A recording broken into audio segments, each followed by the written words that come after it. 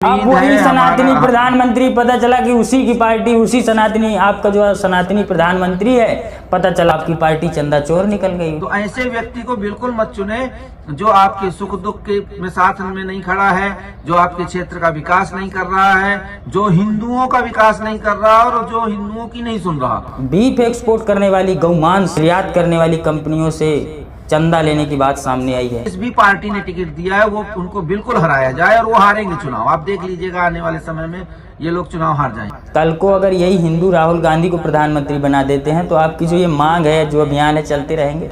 एक तानाशाह है जिसकी, जो अपने सामने किसी की नहीं मानेगा, वो ऐसा हिंदू राष्ट्र जिसमें महंगाई आसमान छू रही है, बेरोजगारी में देश जो है वो अव्वल आ रहा है, मीडिया बिक चुकी है, 160वें 63वें नंबर पर मीडिया आ रही हमारी, भुखमरी में धीरे धीरे देश का जो रैंक जो है वो बढ़ रही है। साथियों नमस्कार, मैं हूं शशिकांत शुक्ला और बहुत दिनों के बाद आपका स्वागत है जनता वाणी की खास पेशकश पूछता है इंडिया में। और आज हम देश में जो एक माहौल चल रहा है उस पर चर्चा करेंगे और जय बजरंग सेना के राष्ट्रीय अध्यक्ष नितिन उपाध्याय जी हमारे साथ लाइव जुड़ेंगे। और इस समय देश में थोड़ा सा माहौल जो है वो बिगड़ा लग रहा है, जब से इलेक्टोरल बॉन्ड की बात सामने आई और उसके बाद से धीरे धीरे लोगों ने सवाल पूछने शुरू कर दिए। आप सोशल मीडिया खोल करके देखिए तो युवा बेरोजगारी पर सवाल पूछ रहा है, युवा इलेक्टोरल बॉन्ड पर जो भारतीय जनता पार्टी ने बीफ एक्सपोर्ट करने वाली कंपनियों से चंदा ले लिया उसका खुलासा हो गया, युवा उस पर बात कर रहा है, युवा शिक्षा पर बात कर रहा है, महंगाई पर बात कर रहा है और 10 साल में ऐसा पहली बार हुआ है।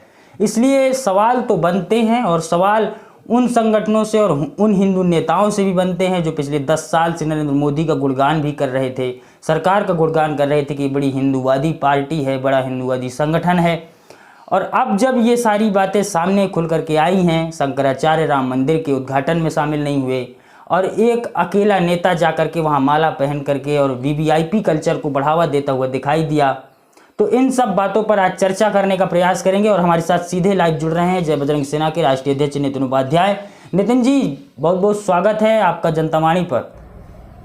जय श्री राम, जय हिंदू राष्ट्र। नितिन जी सीधा सवाल, और काफ़ी दिनों के बाद आप आए हैं तो सवाल तो बड़े तीखे बन रहे हैं और इस सब के बीच में जो देश का माहौल बिगड़ा है उससे आप भी वाकिफ़ हैं। और माहौल बिगड़ा नहीं कह सकते, लेकिन माहौल जो है वो बदला सा है देश का। क्या इस बार देश की जनता कोई बहुत बड़ा बदलाव करने जा रही है 10 साल के बाद? और क्या इस बार जनता नरेंद्र मोदी के चेहरे पर विश्वास नहीं करने जा रही है? ये हमारा सबसे पहला आपसे सवाल है। जनता जानना चाहती है, नितिन उपाध्याय क्या कहना चाहेंगे इस सवाल पर? देखिए, ये चुनाव का महापर्व चल रहा है और इसके रिजल्ट 4 जून को आएंगे, तो ये आपको 4 जून को ही पता चलेगा कि जनता ने किसका समर्थन किया है, किसका विरोध किया है, किसको वोट दिए हैं, किसको जिताया है, किसको हराया है। तो आप 4 जून तक इंतजार करिए और सभी चरणों के मतदान संपन्न होने के बाद स्वतः ही सरकार किसकी बनेगी और कौन जीतेगा ये सबको पता चल जाएगा। जी नितिन जी, आप पिछले 10 सालों से हिंदू राष्ट्र, अब पिछले 3-4 सालों से तो बहुत ज़्यादा एक्टिव हैं, एक्टिव आप बहुत दिनों से हैं, लेकिन पिछले 3-4 सालों से आपने जो हिंदू राष्ट्र का एक अभियान चलाया, कहीं ना कहीं आपके अंदर एक आत्मविश्वास था कि एक सरकार जो है वो हिंदुओं की है। और अब आप रामचरितमानस को राष्ट्रीय ग्रंथ घोषित कराने के लिए पिछले 1 साल से परिश्रम कर रहे हैं, आप और आपकी पत्नी। लेकिन जो अभी हाल ही में इलेक्टोरल बॉन्ड का मामला सामने आया और उसमें ये साफ साफ देखा जा सकता है कि कंपनियों के ऊपर छापे मारे गए ईडी और सीबीआई के द्वारा, और उसके तुरंत बाद उन कंपनियों के द्वारा इलेक्टोरल बॉन्ड खरीदे गए और उन कंपनियों को छोड़ दिया गया। तो क्या आपको लगता है कि आपका जो आत्मविश्वास था उस राजनीतिक संगठन के ऊपर जिसे आप हिंदूवादी मानते रहे, सच में वो हिंदूवादी है? और बीफ एक्सपोर्ट करने वाली, गौमांस निर्यात करने वाली कंपनियों से चंदा लेने की बात सामने आई है, तो क्या ये हिंदूवादी संगठन है? और आपके जो ये अभियान चल रहे हैं उनका क्या होगा? जी जी जी। देखिए, हमारे अभियान किसी सरकार के मत्थे नहीं चल रहे हैं। हमारे अभियान देश के 120 करोड़ हिंदुओं के अभियान है। ये मेरा खुद का अभियान नहीं है, ना मेरे संगठन का है। हमारे देश के 120 करोड़ हिंदुओं की मांग है कि इस देश को हिंदू राष्ट्र बनाया जाए। हमारे देश के 120 करोड़ हिंदुओं की मांग है कि जिस प्रकार भगवान राम का मंदिर बन गया है तो उनके ऊपर लिखी गई उनके जीवन का चरित्र जो बाबा गोस्वामी तुलसीदास जी ने लिखा है, श्री रामचरितमानस जी को राष्ट्रीय ग्रंथ घोषित किया जाए। ये पूरे देश के 120 सनातनियों की मांग है और इस मांग को हम सरकार से मनवा कर रहेंगे। जिस प्रकार भी जैसे अभी हस्ताक्षर अभियान चला रहे हैं उसके माध्यम से सरकार को ज्ञापन देकर, तो ये तो करना ही पड़ेगा सरकार को, कोई भी सरकार आए। देखिए, सरकार को जनता चुनती है, सरकार जनता को नहीं चुनती और हमारे देश के हिंदू जिसको वोट देंगे उससे ये काम जरूर करवा कर रहेंगे। नहीं, लेकिन उम्मीद तो कहीं ना कहीं आपकी उम्मीद तो कहीं ना कहीं थी कि एक सनातनी प्रधानमंत्री बन गया बड़े 70 सालों के बाद। हमारी उम्मीद अब वही सनातनी प्रधानमंत्री पता चला कि उसी की पार्टी, उसी सनातनी, आपका जो सनातनी प्रधानमंत्री है, पता चला चंदा वो आपकी पार्टी चंदा चोर निकल गई, जो जिसको आप सनातनी बोल रहे थे। देखिए, ये भारतीय जनता पार्टी ये इलेक्टोरल बॉन्ड का एक वो लेकर आई थी कि जो चंदा हो लोगों को पता चले। और होती है, देखिए, कोई भी योजना है लागू करो तो उसमें कुछ कमियां रहती हैं। जैसा कि एक मंच पे प्रधानमंत्री जी ने भी कहा था कि कुछ कमियां हमसे रह गई हैं इस इलेक्टोरल बॉन्ड पे, हम उसको सुधार करेंगे। और जो भी चंदे आए हैं, कौन सी कंपनी से आए हैं, कैसे आए हैं, उसके लिए जांच एजेंसियां हैं, उस पर जांच होनी चाहिए। किन इनलीगल लोगों ने चंदा दिया है उनके ऊपर कार्रवाई होना चाहिए, किसने लिया है उनके ऊपर भी कार्रवाई होनी चाहिए। जांच के बाद ही वो जो लिस्ट आई है उसी पर तो सवाल खड़े हुए हैं। देखिए, वो लिस्ट माननीय सुप्रीम कोर्ट में सम्मिलित की गई है। सुप्रीम कोर्ट के आदेश पर चुनाव आयोग ने उसको सार्वजनिक किया है और ये मामला ऑलरेडी सुप्रीम कोर्ट में चल रहा है। तो माननीय न्यायालय पे पूरे देश को भरोसा है, आपको भी, हमको भी है। और जब सुप्रीम कोर्ट के माननीय न्यायालय के आंखों के सामने ये सब हो रहा है तो उस पर निर्णय भी जरूर आएगा। उस पर थोड़ा सा इंतजार करिए, ऐसा नहीं है कि निर्णय नहीं आएगा। जब सुप्रीम कोर्ट ही केस देख रहा है तो उस पर आप और हम बात करने का कोई मतलब नहीं। आप लोग भारत को हिंदू राष्ट्र बनाने की बात कर रहे हैं नितिन जी, रामचरितमानस को राष्ट्रीय ग्रंथ घोषित कराने की बात कर रहे हैं। हिंदू राष्ट्र किस तरह का हिंदू राष्ट्र? एक तानाशाह है जिसकी जो अपने सामने किसी की नहीं मानेगा, वैसा हिंदू राष्ट्र जिसमें महंगाई आसमान छू रही है, बेरोजगारी में देश जो है वो अव्वल आ रहा है, मीडिया बिक चुकी है, 160वें 63वें नंबर पर मीडिया आ रही हमारी, भुखमरी में धीरे धीरे देश का जो रैंक जो है वो बढ़ रही है।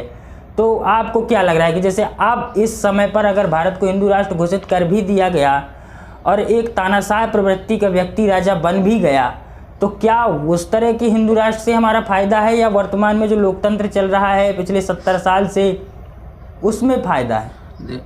देखिए, तानाशाह तो हिटलर हुआ करता था। आज के इस युग में जनता के द्वारा सांसद चुने जाते हैं, उन सांसदों के द्वारा सरकार बनती है, सांसद ही प्रधानमंत्री को चुनते हैं। तो तानाशाही का सवाल नहीं है। देश की जनता अगर जो भी पार्टी, देखिए, हम किसी पार्टी का विरोध या हम किसी का पक्ष नहीं करते हैं, हमको तो हिंदुओं से मतलब है, हमको राजनीति और राजनेताओं से कोई लेना देना नहीं है। कल को अगर यही हिंदू राहुल गांधी को प्रधानमंत्री बना देते हैं तो आपकी जो ये मांग है, जो अभियान है, चलते रहेंगे? बिल्कुल चलते रहेंगे। देखिए, देश की जनता है और जनता का वोट का सम्मान, जनता के मत का सम्मान हर व्यक्ति को करना पड़ेगा। वो किसको भी प्रधानमंत्री बना दे, माननीय मोदी जी को बना दे, राहुल जी को बना दे, अखिलेश जी को बना दे, जिसको वोट देंगे वही बनेगा ना। तो हम तो देखिए, जनता का अपन वो नहीं कर सकते विरोध कि आपने इनको क्यों बना दिया, लेकिन हमारे जो मुद्दे हैं, देश को हिंदू राष्ट्र बनाना, श्री रामचरितमानस जी को राष्ट्रीय ग्रंथ घोषित करवाना, ये मुद्दा कोई राजनीतिक मुद्दा नहीं है, हमारा धार्मिक मुद्दा है, हमारी आस्थाओं से जुड़ा मुद्दा है। और दूसरी बात जो आप बोल रहे हैं, कैसा हिंदू राष्ट्र चाहते हैं आप, तो हम कोई हिंदू राष्ट्र हिटलर शाही वाला हमारा हिंदू राष्ट्र नहीं है। हमारा हिंदू राष्ट्र ना सनातनी वैदिक सर्वे भवन्तु सुखना जिसका नारा है, हमारा ये हिंदू राष्ट्र है। हिंदुओं का आज पूरे विश्व में हिंदुओं का एक भी देश नहीं है। और जब बंटवारा हुआ था तब पाकिस्तान को इस्लामिक राष्ट्र घोषित किया गया। उस समय के नेताओं ने, उस समय की सरकार ने हमारे देश को हिंदू राष्ट्र नहीं घोषित किया। और इसको सन 71 में माननीय प्रधानमंत्री इंदिरा गांधी जी ने संविधान का संशोधन करके धर्मनिरपेक्ष शब्द को जोड़ा है।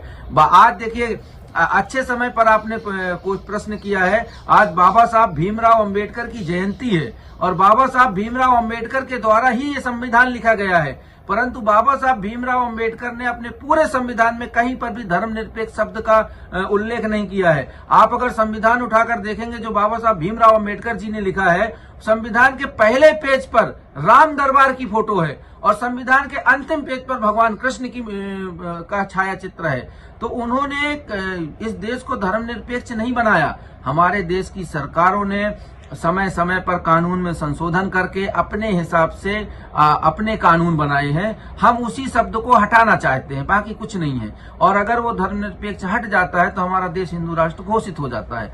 हिंदू राष्ट्र जो है ना, सबका कल्याण हो, सभी सुखी रहें और इस पूरे विश्व में एक देश हो जहां पर हिंदू कह सकें कि ये हमारा देश है। आज आप जाइए 57 इस्लामिक कंट्रियां हैं, ईसाई कंट्रियां हैं, लेकिन हिंदुओं का कोई देश नहीं है, जबकि भारत में सबसे ज्यादा हिंदू रहते हैं। तो हमारा हिंदू राष्ट्र अच्छा नितिन जी हमेशा चलता रहेगा जी। नितिन जी, बागेश्वर बाबा धीरेन्द्र कृष्ण शास्त्री हैं, आपके गुरु हैं, और आप जब भी कोई चाहे हिंदू राष्ट्र का अभियान हो, शुरू आपने किया और उन्होंने उसको पूरे देश में उठा दिया। रामचरितमानस को राष्ट्रीय ग्रंथ घोषित कराने का चाहे आपका मुद्दा हो, वो भी धीरेन्द्र शास्त्री के पास आप गए। जगत गुरु रामभद्राचार्य जी हों, चाहे देश भर के जितने बड़े साधु संत हों, आपने उसको अभियान को चलाया और उसके बाद देश का राष्ट्रव्यापी मुद्दा बन गया। अब आप ये तो मानते हैं कि इस समय हिंदू राष्ट्र के अगर कोई फायर ब्रांड कोई बाबा है या नेता है तो वो धीरेन्द्र कृष्ण शास्त्री ही हैं, ये बात आप मानते हैं या नहीं मानते हैं? सबसे बड़े धर्मगुरु। बिल्कुल। तो अब वही धीरेन्द्र कृष्ण शास्त्री को एक बयान, उन्होंने एक धर्म विशेष पर बयान दे दिया मजहब पर, उसके बाद उन्हें माफ़ी मांगनी पड़ी। तो आपके जो गुरु हैं उनको माफ़ी मांगनी पड़ रही है अल्पसंख्यक समाज के लोगों से, तो कैसे हिंदू राष्ट्र बनेगा? आपका क्या होगा और आपके अभियान का क्या होगा? हमारा अभियान, आपको एक चीज बताएं कि पहली बात तो आपकी जानकारी के लिए बता दूं कि देश में जितने संत हैं, जितने महंत हैं, जितने भी साधु हैं, उनको मैं सबको गुरु कहता हूं और वो सभी मेरे गुरु तुल्य हैं। क्योंकि मैंने अभी तक किसी से गुरु दक्षिणा नहीं ली है। गुरु दो प्रकार के होते हैं, एक मैंने मन से माना है और एक से गुरु दक्षिणा ली है। रह गई बात धीरेन्द्र शास्त्री जी की फायर ब्रांड है। मैं जब हिंदू राष्ट्र का हमने अभियान शुरू किया था तो हम सभी संतों के पास गए थे। धीरेन्द्र शास्त्री जी, देवकीनंदन ठाकुर जी महाराज, राजेंद्र दास जी महाराज, रामभद्राचार्य जी महाराज, जगत गुरु श्री राम स्वरूपानंद महाराज, मदन गोपाल दास जी महाराज, मतलब देश के कोई ऐसे संत नहीं है जिनको हमने नहीं जोड़ा इस अभियान में। हाँ, धीरेन्द्र शास्त्री जी की फैन फॉलोइंग अच्छी है और उनके पास भी मैं गया था, उनसे भी हस्ताक्षर कराए और उन्होंने इस अभियान को अपने मंच से पूरे देश में कम समय में हर हिंदू तक पहुंचाया। हम उनका हृदय से धन्यवाद करते हैं महाराज जी का, गुरु जी का, कि बहुत अच्छा कार्य किया। अब दूसरा सवाल रह गया कि आपने जो बोला, तो पहली बात तो किसी भी धर्म विशेष हमको के खिलाफ नहीं बोलना चाहिए। हमको अपने धर्म से मतलब रखना है। हमको हमारी रेखा, आप भी देखिए आजकल IPL का मैच चल रहा है, तो हमको हमारा स्कोर इतना बना देना है कि सामने वाली टीम उसके आसपास भी नजर नहीं आए। आप समझ रहे हैं? तो धीरेन्द्र शास्त्री जी ने जो बयान दिया और उसके बाद जो माफी मांगी, वो अत्यंत हिंदुओं के लिए और हमारे खुद के लिए और मैं पर्सनल बोलता हूं कि हमारे हृदय को बहुत दुख पहुंचा। इस प्रकार का उनको माफीनामा या ये नहीं करना चाहिए था। होता है एक तो बोलना नहीं चाहिए था। मेरा ही मानना है कि एक तो बोलना नहीं चाहिए था दूसरे के मजहब। बिल्कुल, मैंने आपको क्या बोला कि 2020 का मैच चल रहा है, हमको हमारी लाइन इतनी बड़ी करनी है हिंदुओं की। भाई साहब 120 करोड़ हिंदू हैं हम, और हमको एकत्रित होकर अगर हम एक रैली निकालें या एक साथ हो जाए ना, तो देश की सरकार को ऑन टाइम इसको देश को हिंदू राष्ट्र घोषित करना पड़ेगा। रामचरितमानस को तुरंत इनको राष्ट्रीय ग्रंथ घोषित करना पड़ेगा। तो हमारा कार्य है हमारे समाज के लोगों को, हिंदुओं को एकत्रित करना, उनको संगठित करना, उनका एकीकरण करना। जो वीर सावरकर जी का सपना था, उनका सैनिकीकरण करना, उनका एकीकरण करना। हमारा कार्य ये नहीं है कि हम दूसरे धर्म वाले के खिलाफ बोलें और पब्लिसिटी स्टंट करें। ये हमारा काम है ही नहीं है और हमको ये करना भी नहीं चाहिए। समझे आप? तो ये जो है ना, धीरेन्द्र शास्त्री जी ने जो कहा है वो और माफीनामा किया, वो अत्यंत दुर्भाग्यपूर्ण है। हिंदुओं के हृदय को बहुत ठेस पहुंची है और नहीं करना चाहिए था उनको ऐसा। परंतु अब क्या मालूम उन्होंने किस बेस पे बोल दिया और किसके कहने पर, किस सलाहकार के बोलने पर वो लाइव आकर उन्होंने दूसरा इंटरव्यू दे डाला। किसी के कहने पर क्यों बोलेंगे? उनके जुबान में लगाम होती तो क्या कहना। देखिए ये सिर्फ मैं इसको नहीं मानता। बहुत सारे संत हैं, आज देवकीनंदन ठाकुर जी महाराज हैं, वो भी अपने मन से हिंदू राष्ट्र की बात करते हैं। वो कभी बोलने के बाद बैक नहीं जाते। या तो आप बोलो मत, और बोल दिए तो फिर उसको रिटर्न मत करो। पहले तो वो एक है ना कि बोली एक अमोल है, जो कोई बोले जानी, ये तराजू तौल के तब मुख बाहरान। और ये तो इतने बड़े संत हैं और आज सबसे ज्यादा फैन फॉलोइंग है महाराज जी की। मैं भी उनका एक फॉलोअर हूँ और देखिए हर चीज में हम उनके साथ रहते हैं। आपके यहाँ चाहे आरडी प्रजापति जी का मुद्दा हो, चाहे प्रीतम लोधी जी का मुद्दा हो, किसी भी में हम सबसे पहले हमारा संगठन, हमारा हिंदू समाज उनके फेवर में आया है और आता रहेगा, ऐसा नहीं मैं बोल रहा। लेकिन ये थोड़ा हिंदुओं के लिए एक दुख का विषय है कि आपने हिंदू राष्ट्र की बात करके आपने लोगों को जगा कर और आप ही अगर पलटेंगे तो ये इससे क्या होता है, नुकसान होता है और सामने वालों को और एक वो मिलता है। आप देखिए जिस दिन उन्होंने माफी मांगी उसके बाद ही सामने वाली पार्टी ने एफआईआर के लिए एप्लीकेशन दिया। तो आप खुद बता रहे हैं कि हम डरे हुए हैं। अरे हम हिंदू 120 करोड़ हैं, संगठित हो जाए ना तो क्या नहीं कर सकते हम। हिंदू जिसको चाहेंगे वो प्रधानमंत्री बनेगा, हिंदू जिसको चाहेंगे वो मुख्यमंत्री बनेगा, हिंदू जिसको चाहेंगे वो सांसद बनेगा, वो विधायक बनेगा, क्योंकि ये देश हिंदुओं का है। समस्या इस बात की है कि आज राजनीतिक पार्टियों ने हमको बांट कर रखा है, जात पात ऊंच नीच। हमारा जो नारा है जात पात की करो विदाई, हिंदू हिंदू भाई भाई। जिस दिन हम सब हिंदू एक हो गए और हमने अपने डॉक्टर भीमराव अंबेडकर, बाबा साहब भीमराव अंबेडकर जी के संविधान को ही फॉलो कर लिया और उनके संविधान में जो उन्होंने चीजें लिखी हैं वही सरकार से वापस करवा ली, और जो संशोधन हुए उनको निरस्त करा दिया गया, चाहे वो वक्फ बोर्ड वाला हो, चाहे वो धर्मनिरपेक्ष शब्द हो। उस दिन हमारा देश हिंदू राष्ट्र हो जाएगा जी। और नितिन जी, हाँ जी, फिर से मैं पहले सवाल पर आ जाता हूँ। आप महाराष्ट्र की राजनीति पर बड़े एक्टिव हैं और मुंबई में रहते हैं जी जी। क्या सच में देश का माहौल बिगड़ा बिगड़ा दिख रहा है? देखिए मैं एक चीज जानता हूँ कि चुनाव हैं और जिस प्रत्याशी चाहे किसी भी पार्टी का हो, जो पिछली बार आपके क्षेत्र में आया होगा और उसने आपसे वादे किए होंगे, अगर वो वादा पूरा नहीं किया तो जनता उसको नकारेगी, उसको दोबारा नहीं चुनेगी।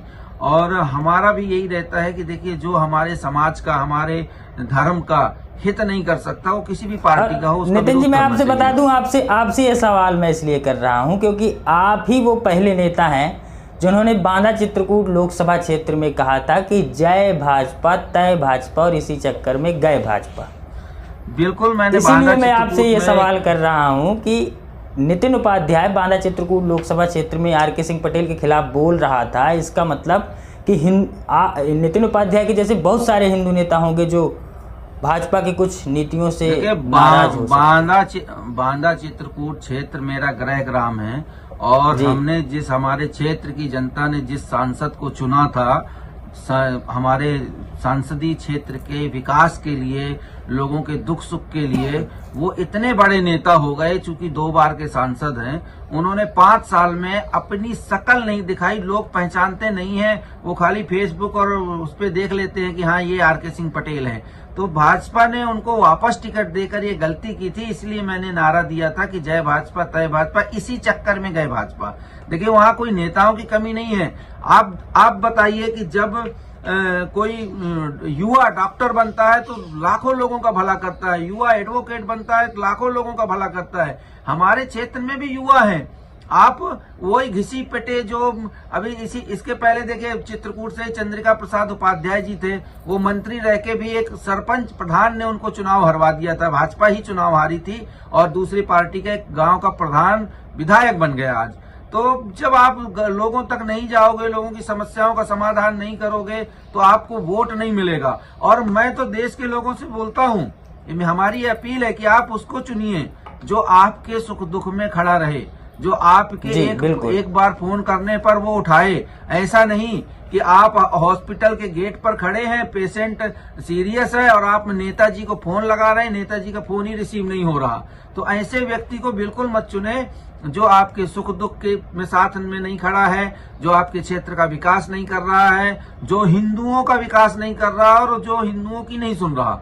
एक जाति विशेष का सुन के इस प्रकार के लोगों को अगर जिस भी पार्टी ने टिकट दिया है वो उनको बिल्कुल हराया जाए, और वो हारेंगे चुनाव। आप देख लीजिएगा आने वाले समय में ये लोग चुनाव हार जाएंगे। जी जी नितिन जी, मेरा लास्ट क्वेश्चन आपसे ये है कि आपके आने वाले समय में कौन कौन से कार्यक्रम होने वाले हैं, ये जरूर बता दीजिए।